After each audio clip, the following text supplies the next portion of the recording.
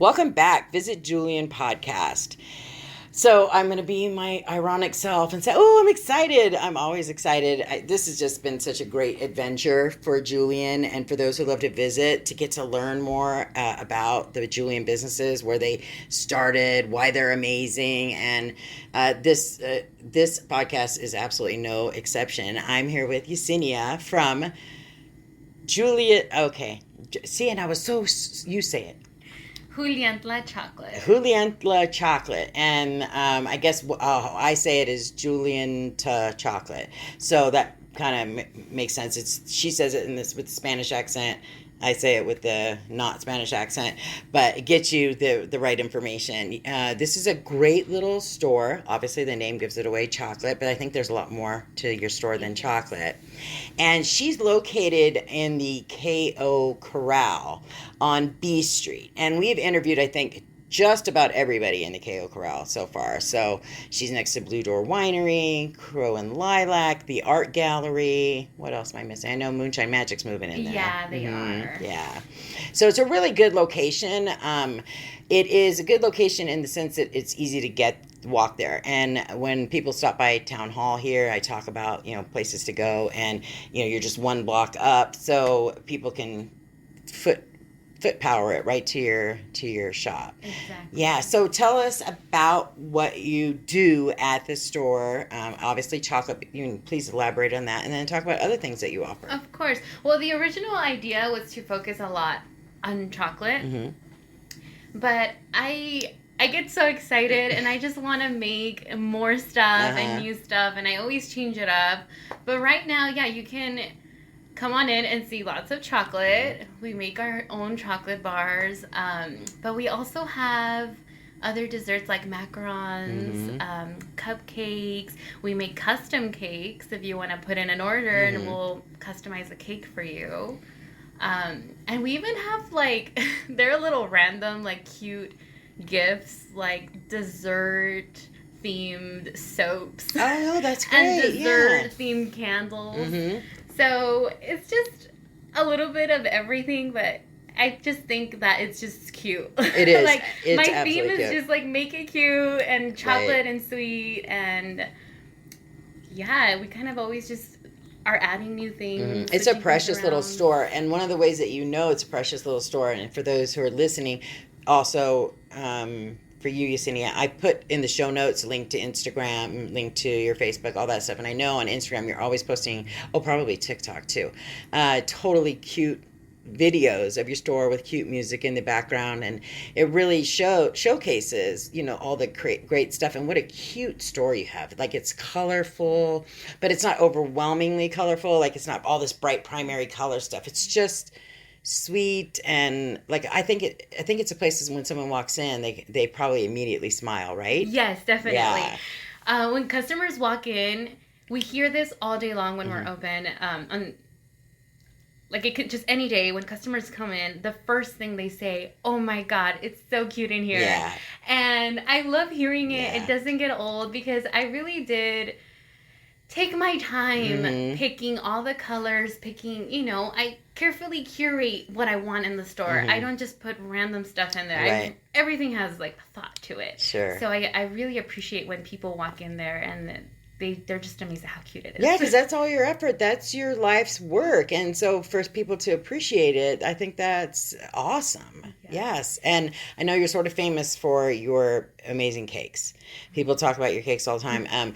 Locals here are very active on a couple of community-based groups. And whenever someone puts out, I need a cake for this, I need a cake for that, I'm sure you already know, you get tagged because you do a really great job. And we'll put some photos up of some of the cakes that you have on our slideshow. And what does it take to get a cake? And I correct me if I'm wrong, I see most of the cakes you make are pretty small. I don't think someone's going to order, and please correct me if I'm wrong, because that'll be good, like a sheet cake from you. Okay, so I do quarter sheet cakes. The easiest way to ever submit an order is on my website. Okay. I made my website so that it's really easy to just choose the size, flavor, the color you want it, submit it, and I'll deliver it to you the day. Well, I'll be out there for pickup for whenever you order it for. But yes, most of the cakes that we get, most of the orders we get, they're usually on the smaller size, just like for birthdays, smaller ones. But we also do wedding cakes. Oh, because you can stack those. Oh, yeah. Yes. So, and it ranges from the smallest one is a mini 4-inch cake, and then the biggest one we have is a 10-inch cake. So in the wedding, this is, me as a layman asking you, in the wedding cake genre, then you take the 10-inch at the bottom, and then the next size 8, and 6, then 4, yeah. right? However, though, for weddings we do make a lot of. For weddings, it's like a whole different show. Right. So we can do up to 14 inches for weddings. Oh, wow. Yeah. Good for you. Yeah. And I think the other cool thing, just based on what I've seen on your cakes and then the trends these days, is they could kind of, if they wanted to, do each layer, like this 10, 8, 6, 4, something different to represent them as a couple or something. Oh, yeah, totally. Wouldn't that be cool? Yeah. Yeah, we've even, I just did one where it was a groom's cake and then a wedding cake. The groom's cake was like a dark blue, and then the wedding cake had like spring flowers on it. So yeah, you can adapt to, because people are doing and people are making an effort to do things unique and different for their weddings so that they're memorable. So it'd be nice to know that there's a cake maker, cake baker, cake extraordinaire that can help them reach the goal to make a cake that really represents them. Yes, correct. Yeah. And I see that you're amazing. There's this one I keep seeing in my head. I'm going to make sure I put on there. It's like this chocolate cake with it seems like it had a gold ribbon around it. That's in my head. Oh, yeah. That was a tiramisu inspired cake. It's not actually tiramisu because you can't really stack tiramisu. Sure, like because it's a gel or a custard type. Yeah, because it's soaked, so it would just fall apart if you stacked a tall cake. But that was a special custom order for someone up here in Julian that wanted a tiramisu. Yeah, it's beautiful. Thank you. Yeah. So tell us a little bit about how you became this amazing baker that everybody loves. What did you do to learn all these skills? Were you born with them? Were you educated with them? Is a little bit of both? What? I was not born with it. I want to say I really got interested in it when I was a teenager, figuring out, being a teenager is just so fun. You're just figuring so out all awkward and not knowing anything. But I knew that I wanted to do something with food and something artsy. So I started at home. I completely just sucked. Like everything I made was exploded in the oven. It was gross. I wouldn't even eat my own stuff. But you were learning. Yeah, I was learning. But that's where it started. And then I didn't give up. I just kept doing it for some reason. I didn't get discouraged. I got my first job at a restaurant, being a line cook. I thought, this is way too hard and too hot. I do not want to do this. Yeah, line cook is a difficult job. I don't even know how I landed that position, honestly. But they needed me, so there I was. But then in that restaurant, I saw the pastry cook girls. They were all girls. They were just, everyone was like just stressing and rushing and sweating in the hotline. I saw these girls back there just listening to music, having the best time, decorating their cakes. And I was like, oh, that's where I want to be. Good for you. So when it was time for me, I already had my plan was set in motion to go to culinary school, but I was undecided. I was like, should I do savory or should I do pastry? But after seeing those girls in that restaurant, I'm like, I'm doing cakes. Good for you. That's what I want to do. Plus, it was on with what you said earlier about the artistic side of you. Exactly. Exactly. Yeah, there's just so much more room for creativity, I feel, when you're making a cake. Sure. Or cupcakes. So, then I went to culinary school, and that's really where I learned everything. Like, I was trained by this French, I think he's like a 3rd or 4th generational baker from France. Oh, great. So, he really taught me everything I know. To this day, I can hear his little French voice in my head. That's so great. Yelling at me when I do something wrong. So that's really, that's definitely where I feel I learned everything I know. Everything from like breads, croissants, plated desserts, cakes. So the presentation is just as important as the flavor. Exactly. I also find a lot with cake that I'm not a big cake person. I'm like a cheesecake person or a carrot cake person. But I find that cakes can look beautiful but then you bite into them, you're like, oh, this is not a very good cake, but it really looked pretty, so fine. I'll just go stop and get a Twix bar. But I understand your cakes are amazing. So there's a talent to that too. It's not just about making a cake look good. It's about when someone bites into it, having that same reaction that they had when they saw it, that it tastes amazing as well. Yeah, I sure hope so. I do get really good feedback, and it never gets old, because sometimes I don't even realize it, but I really just need that, like, one more good feedback to get me through the day sometimes. Sure, that's so great. And yeah, no, I love hearing it. And people love it, and I'm so happy that they love it, because I really do try my best. And I think it totally shows, for sure. Tell us about, because I love them, but have no idea how they're made, and I know I never say them right. The Macarons. Yeah, so that's a cookie. Yes. Okay, so take us behind the world of a macaron. Macaron. Well, it's like the most tedious. Is it? And then I just pop them in my mouth and. It's kind of annoying, honestly. Not anymore, but it took me a long time to figure it out, especially because altitude affects everything. Oh, sure. Yeah. And oven temperatures, not just oven temperatures, but room temperatures. And in Julian, it can be super cold one day and super hot the next. Yeah.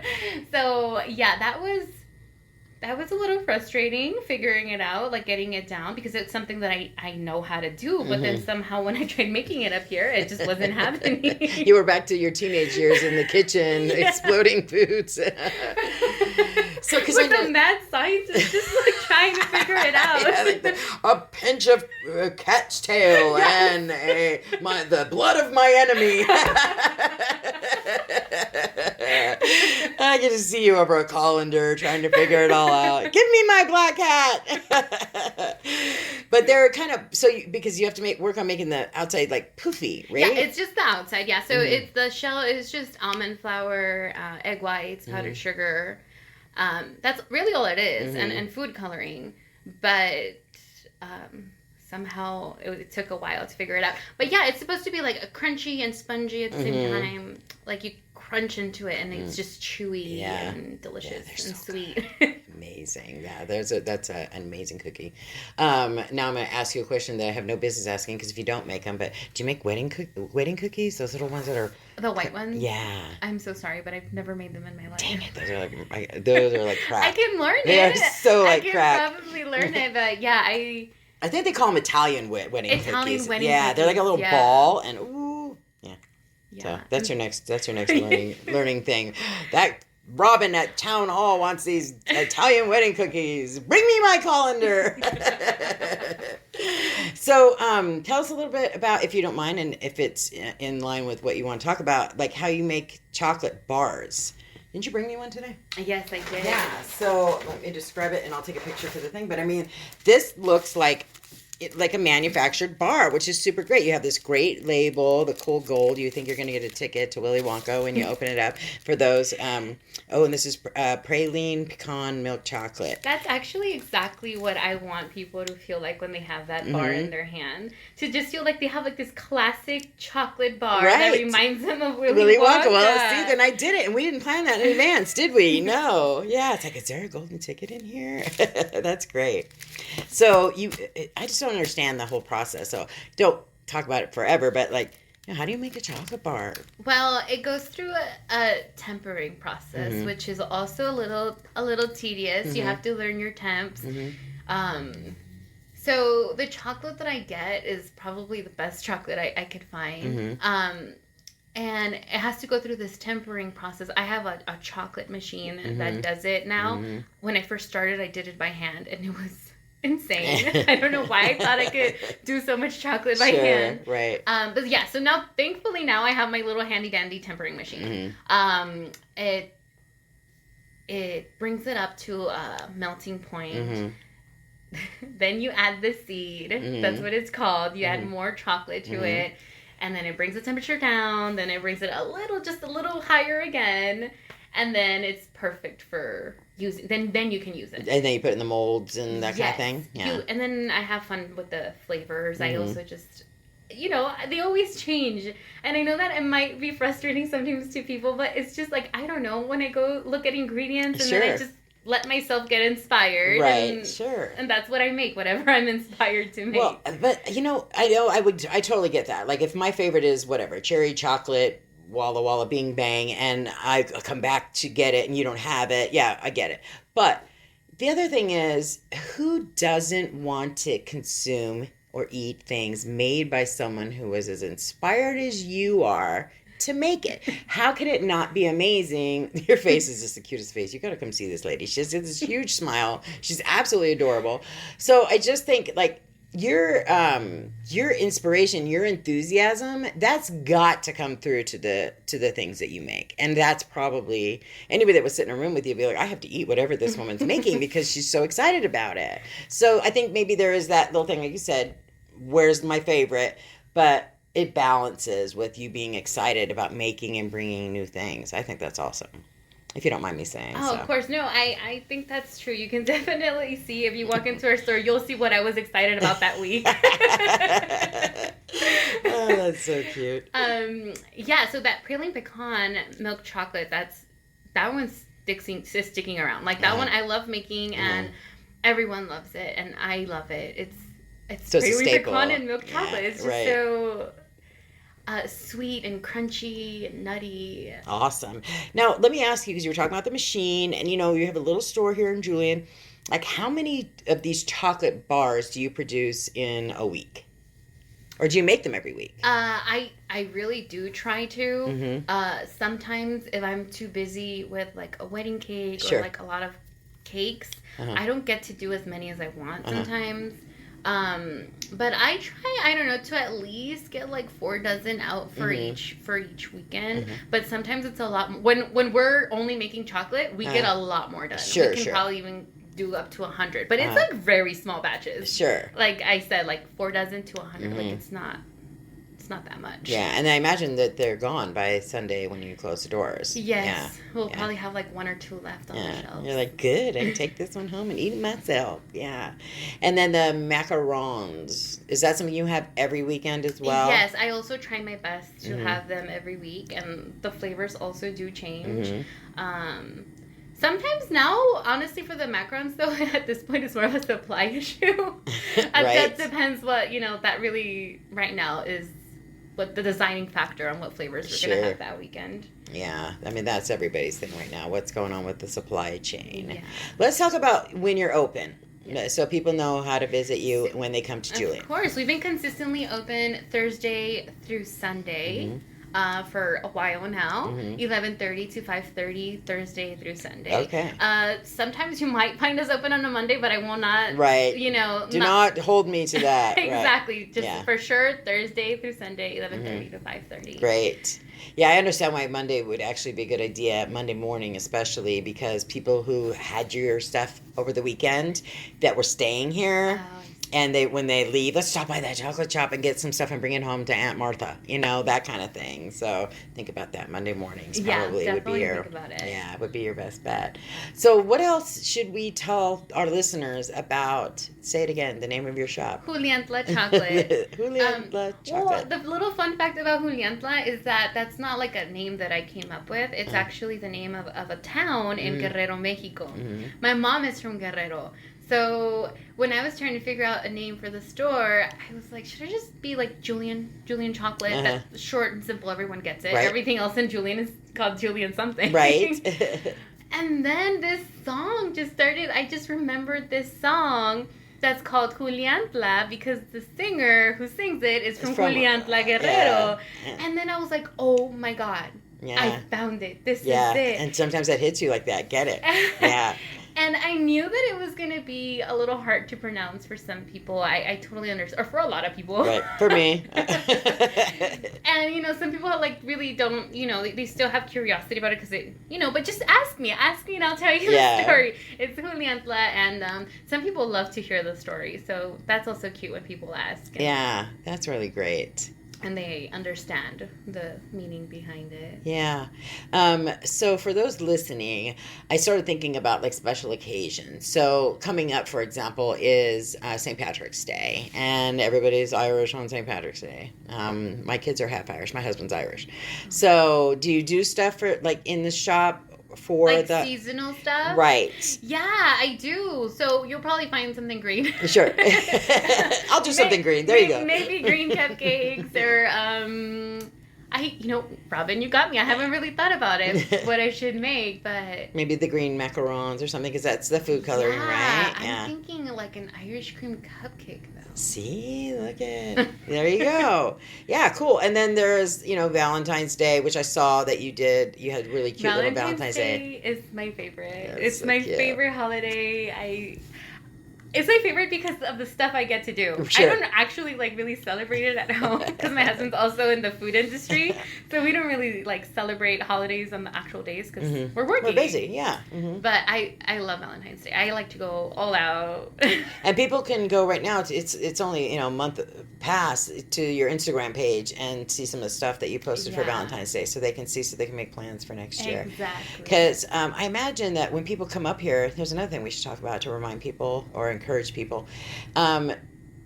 Say they have an Airbnb or a hotel room, it doesn't matter what they have, a cottage, and they want to do something special in the cottage for their loved one when they get there. And that's not always for a girl. Women, we can do that for our men too. So that, I imagine, do you get those kind of calls? And if you don't, we should be actually good. Not that many, because I think I haven't really we have to spread the word as right. a service, but I do get inquiries to deliver stuff to cabins and Airbnbs and hotels, and honestly, I love it because for me, since I don't get to do that every day, I love just being able to do that. I'm like, okay, I'm going to drive somewhere new today. Yeah. Let's check out this cabin. Oh my God, it's so cute. Right. They're all really cute. Well, and that's one of the cool things too for you when you do that is then you learn about the other businesses, and then someone asks you, hey, we want to come back. What, do you know a place that we should stay? And then you have that experience. Yes. So it just grows you as a business owner and a resource for the people who come here.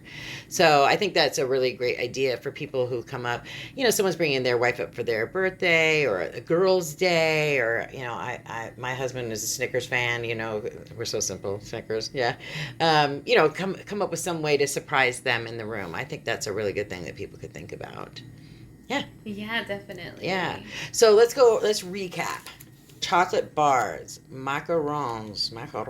I say it it's like how I say croissant wah wah. So the macarons, cupcakes, custom cakes, dessert themed gifts, candles or soaps that are themed with dessert. I'm assuming they smell like. Give me an example.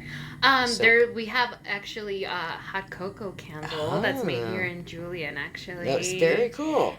We even have the strawberry cheesecake slice soap. See, there you go. Absolutely. So those make a great little themed gift that people can come by and see you. So once again, you're on B Street in the KO Corral, Thursday through Sunday, 11:30 to 5:30. I was going to say 4:30. I was going to get you dead in the last hour of your day. I'm so sorry.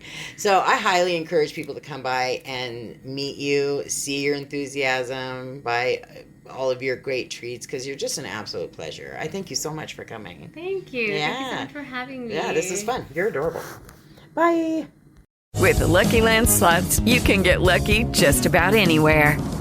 This is your captain speaking. We've got clear runway and the weather's fine, but we're just going to circle up here a while and get lucky. No, nothing like that. It's just these cash prizes add up quick. So I suggest you sit back, keep your tray table upright, and start getting lucky.